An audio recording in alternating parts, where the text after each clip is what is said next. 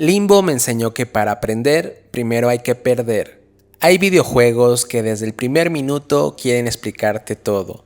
Te enseñan controles, te explican la historia, te presentan a los personajes, te dicen cuál es el objetivo y qué tienes que hacer para conseguirlo. Pero existen otros juegos que hacen exactamente lo contrario. Juegos que prefieren dejarte con preguntas, que no te explican su mundo, que no te dicen qué está pasando, simplemente te ponen frente al camino y esperan que tú descubras las respuestas. Y Limbo es un juego de esos.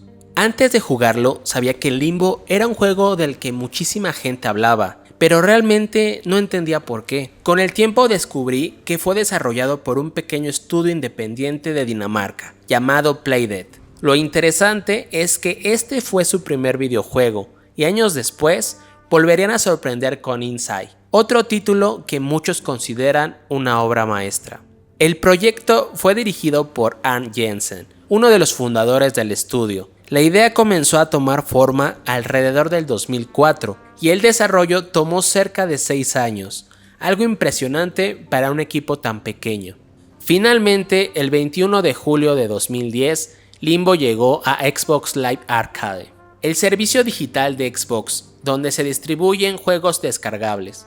En una época en la que los videojuegos independientes todavía no tenían el reconocimiento que tienen hoy, Limbo ayudó a demostrar que un estudio pequeño podía crear una experiencia capaz de quedarse en la memoria de millones de jugadores. Cuando empecé a jugarlo, realmente no sabía qué esperar. Sabía que era un juego reconocido, sabía que muchas personas hablaban de él, pero no conocía realmente la experiencia. Solamente sabía que era un juego en blanco y negro, con una atmósfera oscura y una duración bastante corta. Y quizá esa fue una de las primeras cosas que me llamó la atención.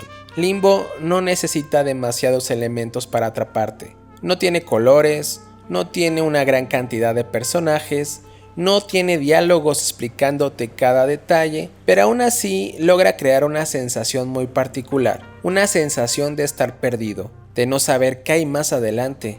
Y eso hace que quieras seguir avanzando. Arne Jensen, el director del juego, buscó un estilo minimalista para que el jugador se concentrara en el escenario y en el gameplay, no en gráficos llenos de detalles. Al eliminar los colores, tu cerebro empieza a fijarse mucho más en las siluetas, el movimiento, la iluminación y las formas. Eso hace que detectes peligros y pistas con mayor facilidad. Además, el estilo está inspirado en el cine noir y en el expresionismo, lo que contribuye a esa sensación de misterio e incomodidad que transmite Limbo.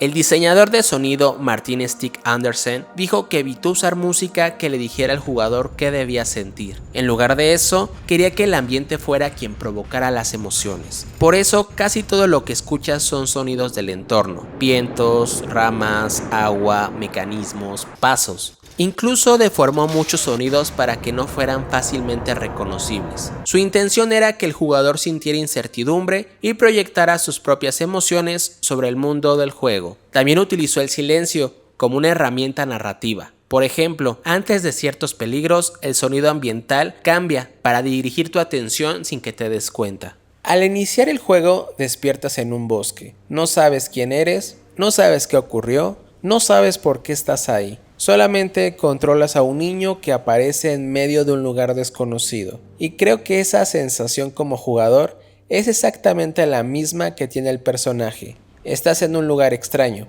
No tienes todas las respuestas, pero tienes que avanzar. Quieres descubrir qué hay al final de ese camino. Y esa curiosidad es la que te mantiene jugando. Al principio debo admitir que mi intención era simplemente avanzar. Quería terminar el juego. Quería descubrir qué había más adelante, pero poco a poco Limbo empieza a cambiar la forma en la que lo juegas, porque al principio uno piensa solo tengo que avanzar, pero después te das cuenta de que no funciona así. Este juego no se trata de ir rápido, se trata de entender. La primera vez que aparece un obstáculo nuevo, normalmente no sabes qué hacer.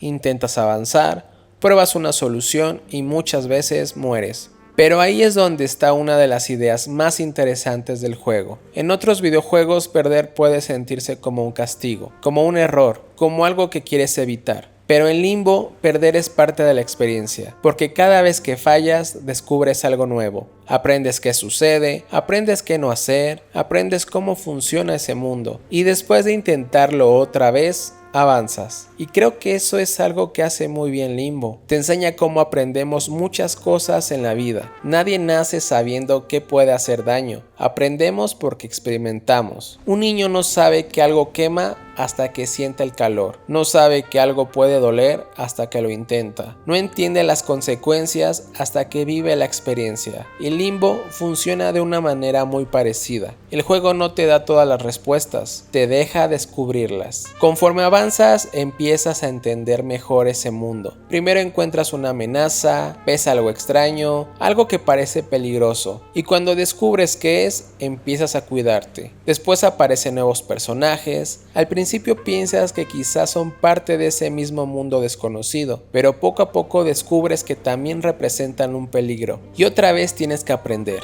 tienes que observar, tienes que entender qué está pasando antes de actuar. Y lo interesante es que Limbo nunca se queda con una sola idea. El juego va cambiando poco a poco. Empiezas en un bosque, después aparecen nuevas situaciones, nuevas mecánicas, elementos relacionados con el agua, la gravedad, la electricidad, las máquinas, y cada nuevo escenario te obliga a pensar diferente. Lo que aprendiste antes sigue siendo importante, pero ahora tienes que adaptarlo a una nueva situación, y eso hace que el juego nunca se sienta repetitivo.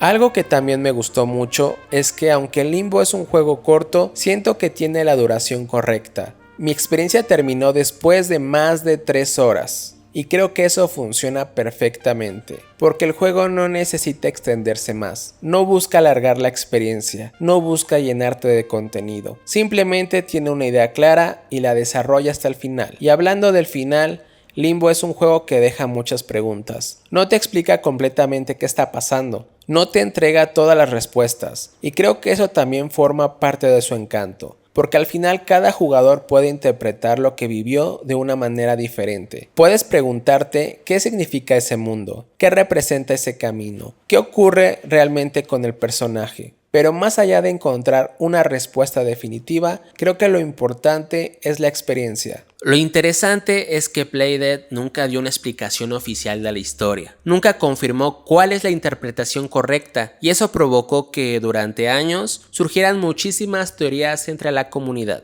La primera, y quizá la más popular, es que el niño realmente murió, y todo el recorrido representa el limbo, ese lugar entre la vida y la muerte, del que toma su nombre el juego. Bajo esta interpretación, todos los obstáculos serían parte de ese viaje hasta reencontrarse con su hermana. Otra teoría dice que no solo murió el protagonista, sino también su hermana, y es que el final representa el momento en el que ambos vuelven a encontrarse, antes de abandonar ese lugar. Hay jugadores que incluso relacionan algunos elementos del escenario con esta idea, aunque nunca se confirma dentro del juego.